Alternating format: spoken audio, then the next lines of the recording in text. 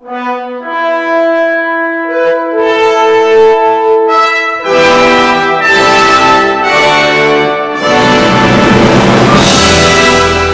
사람이 변하니? 나도 어쩔 수 없는 여잔가 봐. 다음부터요 한 그릇씩은 좀 시키지 않으셨으면 좋겠어요. 우리 아들이 안 그랬거든요. 너희 아트파트 사장인데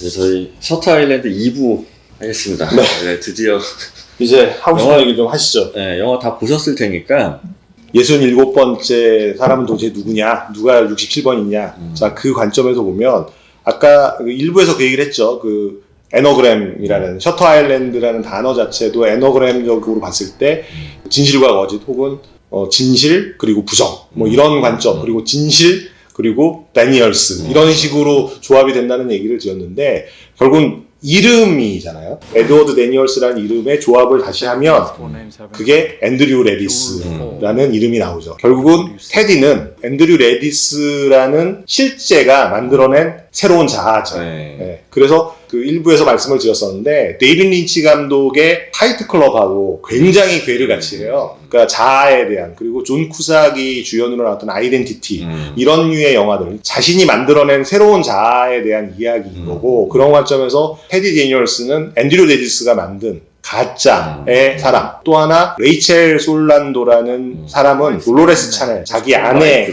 있죠. 그리고 레이첼은 자기 아이 셋 중 큰 딸의 이름이 레이첼이죠. 그리고 그 아내가 정신병이 있었어요. 그래서 호수의 자녀를 익사시키는 거죠. 여기서 이제 실제 사건으로 보면 2차 세계대전 참전을 했었고 거기서 대량 학살을 함에 있어서 본인이 주체가 된 거고 트라우마가 생겼어요. 그 트라우마를 극복하기 어려워서 알코올 중독자가 됐고 와이프는 극심한 우울증에 시달리는데 본인이 없는 사이에 와이프가 너무나도 엄청난 일을 저지른 거죠. 돌로레스가 순간순간 다시 제정신이 와서 자기를 해방시켜달라는 얘기를 하잖아요. 그 부탁을 결국은 아내를 죽임으로 인해서 들어주는 거고 앤드류는 그 해방이라는 관점을 수술을 스스로 받는 그걸로 해방이 되는 거죠. 첫 라울은 2년 동안 앤드류 레이스를 주치의로 이제 계속 옆에 있었던 의사였었던 거고. 휴가 갔다는. 네. 그래서 앤드류의 계속 반복되는 새로운 자아를 만들어내는 그것이 반복되는 것을 마지막으로 치료하기 위해서 셔터 아일랜드 이 섬의 모든 관계자들이 연기를 하는 거죠. 네. 호리 박사는 수술 쪽을 반대하는 입장인 것 같아요. 맞아요. 네. 그래서 정말 최후의 수단이라고 생각하는 것 같고 네. 어떻게든지 그렇게 치료를 해주고 싶었었던 거죠. 그 C병동을 갔을 때 앤드류 레디스를 만날 수 있겠다라는 내용도 사실 보면 그 병동이 아마 본인이 수감돼 있었던 데일 거고 그렇죠. 아마 기억이 돌아오지 않겠느냐라고 기대를 하는 이 영화에서 보면은 이제 셔터 아일랜드 내에서 가장 위험한 환자가 앤드류 레디스. 맞아요. 그러니까 모든 수감되어 있는 환자들이 두려워하는 대상이었던 거예요. 네. 그래서 이제 첫 장면에 그 이상했던 배 안에 있던 약간 그런 구속 장구들 이런 것도 사실 보면 이송을 한 거죠. 어떻게 보면 위험한 환자다 보니까 거기서 보면은 이제 배멀미 되게 심하게 하면서 이건 물이야 엄청난 양의 물일 뿐이야 라고 얘기하는 건 실제로 앤드류 레디스가 자기 아이 셋이 자기 아내에 의해서 죽임을 당하잖아요. 그것 때문에 물에 대한 공포가 있는 거예요. 본인이 갖고 있는 고통인 거잖아요.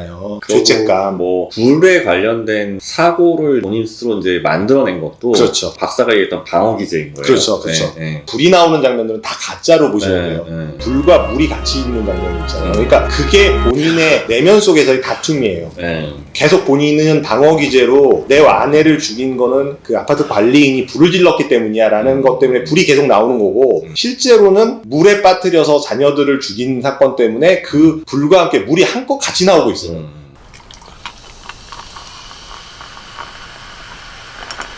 우리가 영화를 보면서 이상했던 장면들이 이제 조금씩 이해가 가는 거는 섬에 있는 사람들은 이 상황을 다 알고 있고 그렇죠. 여러 번 이미 반복을 했던 사람들. 그러니까 레이첼 솔란도라는 사람은 존재하지 않았기 때문에 그녀가 실종된 거, 탈출한 것도 없는 사건이잖아요. 그러니까 간수들이 레이첼을 찾는 어떤 행동들, 바닷가에서 막 찾는데 뭐 그냥 놀고 있잖아요. 그러니까 왜냐하면 없는 일을 하는 거거든요. 실종되지 않은 사람을 찾는 행동을 하고 있는 거니까 굳이 그렇게 열심히 찾을 필요도 없는 거고. 그리고 환자들을 신문하는 장면에서 첫 그 파트너를 잘 보면 표정이 굉장히 무료해요. 사실 보면 여러 번 하고 있는 거이기도 하고 했던 거 또 하는 거고 지금 찝쩍거리지 않았냐 뭐 자기 주치의에 대해서 컨스 부인한테 그렇게 물어보죠. 부인이 이제 얘기할 때 아니다 되게 좋은 의사다 얘기할 때 바로 다음 컷이 그 다음에 첫 얼굴로 나오고 그리고 그 얘기를 할 때 컨스 부인이 첫 눈치를 봐요. 그리고 답변을 할 때 보면은 계속 뭔가를 외웠던 거를 그렇게 얘기하는 듯이 어색함이 굉장히 있어요. 보면은 환자들이 박사들이나 관리하시는 사람들한테 약간 불만 섞인 얘기를 하는 이런 장면들이 나와요. 그러니까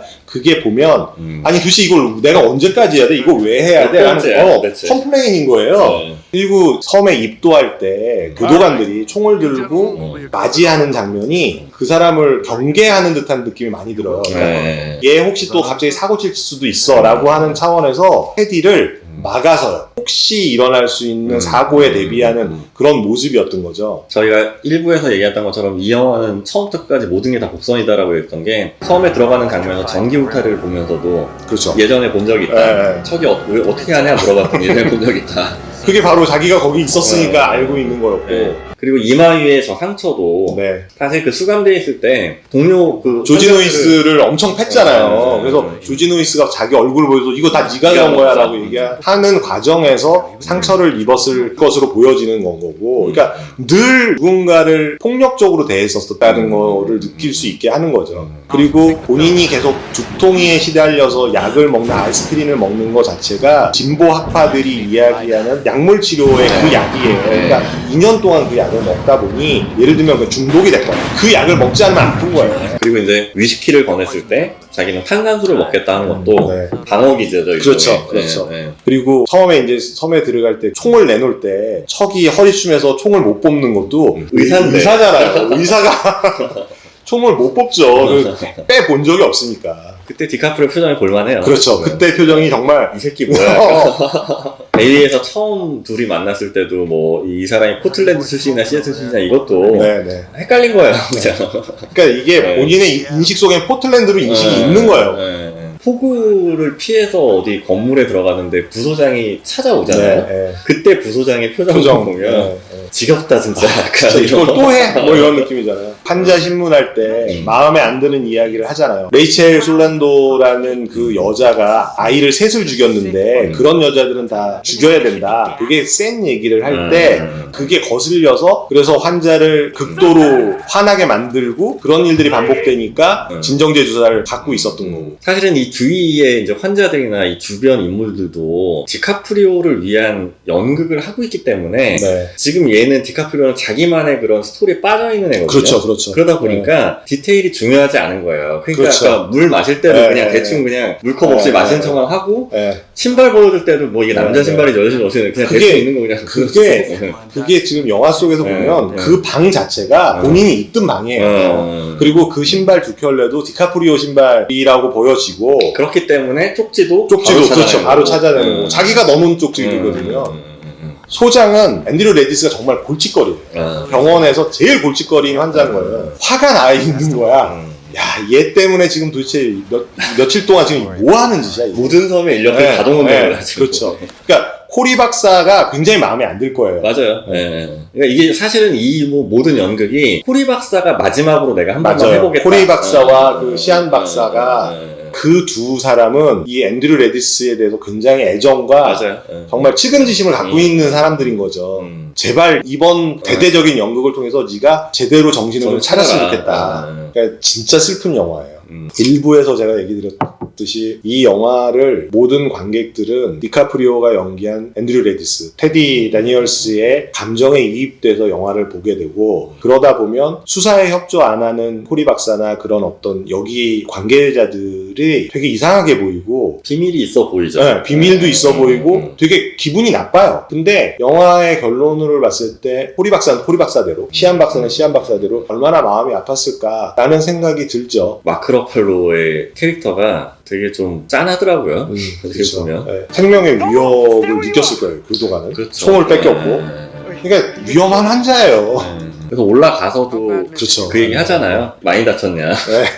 그러니까 여기 등대에서 열고 들어왔을 때 이게 진짜 진실과 직면하는 딱 그 순간이잖아요. 그때 과연 어떤 환경으로 이 방이 꾸며져 있을까? 혹은 누가 있을까? 이런 생각을 되게 많이 하면서 봤는데 이 상황이 너무나도 충격적이고 여기서 호리 박사가 이렇게 앉아있는 모습 그리고 호리 박사의 표정이 너무 가슴이 아프고 찡한 거예요. 이제 아씨 안 되겠구나. 그 전까지의 호리 박사의 표정과 달라요. 여기서 이제 에너그램에 대한 이 영화의 거의 하이라이트. 그렇죠. 이거 아마 보신 분들은 그 단어 조합 하셨을 거예요. 해보셨을 거예요. 셔터 아일랜드라는 단어를 써보시고 그 트루스 앤 라이스라는 단어로 조합을 한번 해보시고 트루스 데니얼스도 조합을 해보시고 트루스 데니얼스도 조합을 해보시면 아마 오싹하실 겁니다.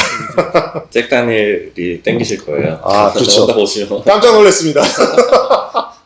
제가 어제 이제 커피 마시면서 그 말씀 드렸잖아요. 이게 게임 좋아하는 사람들은 대부분 아는 슈퍼마리오 3라는 게임이 있는데 그게 제가 중학교 1학년 때 나왔던 게임이에요. 그래서 최근에 제가 누군가가 이제 글을 올려서 알았었어요. 누가 질문을 한 거예요. 이 슈퍼마리오 3의 오프닝 장면을 보면은 무대에 그 빨간 커튼이 이렇게 올라가면서 시작하거든요. 네. 그리고 이제 거기에서 이제 등장인물들이 나와서 마치 연극처럼 시작을 하는데 이게 너무 연극적이다라는 누가 그런 질문을 했어요. 그런데 누가 이제 답변을 다른 거예요.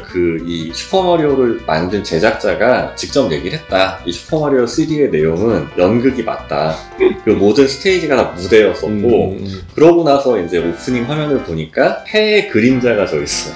그래서 뒤통수 맞았던 느낌이 좀 들었어요. 근데 하여튼 그런 느낌인 거죠 사실 보면.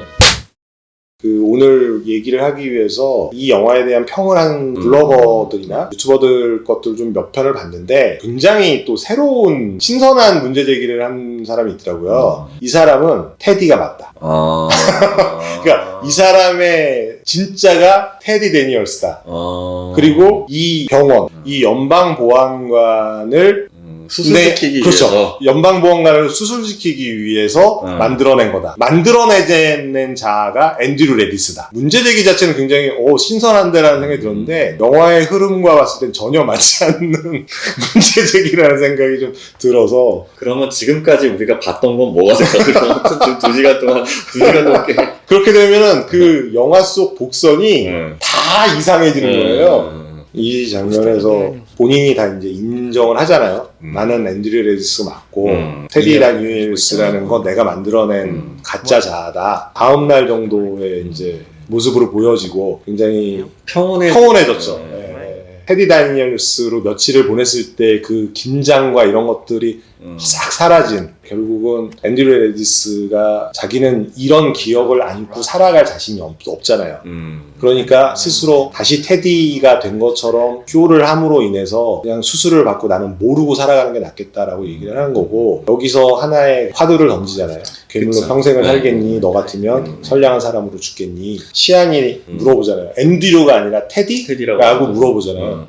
너 테디인 거 맞아? 이런 거잖아요. 테디가 아니라는 생각을 갖고 너 혹시 테디? 이렇게 물어보는 거거든요. 그리고 만약에 정말 테디로 돌아왔다고 하면은 저렇게 순순히 안 가요? 그럼요. 그렇죠. 탈출하자고 그렇죠. 얘기했잖아요, 그렇죠. 같이. 네. 그래서 뭐 씁쓸하게 끝나는 영화예요. 되게 불쌍하잖아요. 그렇죠. 이 디카프리오 보면은 등대에서 수술을 받고 난 다음에 그 앤드류의 삶이라는 것은 산다고 할 수 그렇죠. 있는 것이냐. 이 영화를 보면서 저는 그런 생각이 들었어요. 진보학파와 보수학파가 서로 얘는 이렇게 해야 돼 저렇게 해야 돼라는 학술적 다툼을 계속 하는데 결국은 앤드류가 정리를 한 거예요. 맞아요. 그냥 내가 선택할래. 자유의지를 명확하게 보여준 거예요. 괴물로 살 것인가, 선량한 사람은 죽을 것인가, 죽음을 택한 거예요. 그렇죠. 사실은. 올드보이에서 오대수가 모든 기억을 지워달라고 이야기한 거랑 똑같은 삶을 선택한 거죠. 저희가 5, 6회 예고를 할 때 이 슬픈데요, 이거. 네, 알포인트와 셔터 아일랜드 둘 다 이제 숨겨진 명작이라고 네. 저희가 예고를 했는데 특히나 이 셔터 아일랜드는 감독과 두 주연 배우의 네. 역작이었던 것 같아요. 보면은 코리 박사 역할을 했던 벤 킹슬리도 연기 되게 잘하시는 분이잖아요. 네. 그 예전에 간디로 나무 주연상도 받으셨었고. 한번 보셨던 분들도 아마 느낌이 굉장히 색다르실 네. 거고 혹시 이제 안 보셨던 분들은 굉장히 괜찮은 영화다라고 이제 생각이 드실 거예요. 저는 이 영화를 꼭 시간을 내셔서 2번은 보셔라. 그리고 처음 봤을 때보다 2번째 봤을 때 훨씬 더 감동이 크다라는 말씀을 드리고 싶습니다. 네. 아, 이게 저희가 지금 6회 진행을 했는데 그런 분들이 계세요. 얘기 많이 들으셨다고 하는 것처럼 네. 너무 저희가 아, 편중되어 있는 영화를 하고 있다라는 생각이 좀 들어서 저희 4회 때 나오셨던 동굴 목소리 이선균 짝퉁, 네, 원하시는 노팅힐. 노팅힐과 미드나잇 인 페리스를 네. 7, 8회로 저희가 진행할 예정이고요. 그래서 근데 저는 좀 걱정인 게 노팅힐을 안 봤어요, 제가. 저도 안 봤는데 전혀 감이 안 와요. 이게 어떤 영화인지도 감이 안 오고 무슨 얘기를 해야 될지도 잘 모르겠고. 그러니까 이게 네. 우리 어떤 네. 기본적인 방향성과 맞추려면 리뷰잖아요. 리뷰를 하려면 네. 뷰를 했어야 되는데 네. 저는 아직 한 번도 안 봐서 다음 7회차, 8회차를 준비하기 위해서 네. 영화를 최소 2번을 봐야겠구나라는 생각이 들고 있습니다. 그리고 이게 아마 이런 생각 갖고 계신 분들이 꽤 있을 거예요. 이게 노팅힐 같은 영화가 사람들이 봤는지 안 봤는지 헷갈리는 영화 중에 하나예요. 왜냐면 그 당시에 그런 류의 영화들이 굉장히 많았었고 등장인물도 줄리아 로버츠와 휴그랜트 나오는 영화 얼마나 많아요 그때. 그래서 이 영화인가 저 영화인가 분명 헷갈릴 거고. 그러니까 저희가 아무리 이제 2번 보고 나서 얘기를 하더라도 보시는 분들이 무슨 얘기인지 모르거든요. 얘기가. 근데 뭐 그런 관점이라면 아, 노팅힐의 내용이 저런 내용이구나 라는 걸 좀 명확하게 얘기해주는 것도 의미는 있겠네요. 그러니까 예전에 와이프랑 배낭여행을 간 적이 있었는데 영국에 노팅힐이라는 영화를 보지도 않고 노팅힐을 갔어요. 그래서 여기가 노팅힐이래 라고 하는데 그 노팅힐이 뭔데? 그 영화가 여기서 찍었대 라고 하고 그냥 끝났는데 저기 뭐 담양 대나무 숲 가셨는데 여기가 알포인트 그렇죠. 찍었는데 그러니까. 저는 진짜 걱정이 좀 되긴 돼요. 할 얘기가 없을까봐. 할 얘기는 뭐 추천하신 분이 할 얘기를 만들어 주시지 않으실까요? 휴그랜트를 또 별로 안 좋아하시잖아요 또. 요즘은 조금 나아졌어요. 일단은 그렇고 뭐 미드나잇 인 페리스는 저도 재밌게 봤던 영화고 그거는 할 얘기가 좀 있을 것 같아요. 네. 아무래도 뭐 우디 앨런 감독도 비슷한 그 연작이잖아요. 사실 그게 그쵸. 뭐. 그 도시 연작이죠. 네, 그래서 저는 그 세 편을 다 봤어요. 그래서 그것도 할 얘기가 좀 있을 것 같아서. 파리, 로마, 뉴욕. 뉴욕.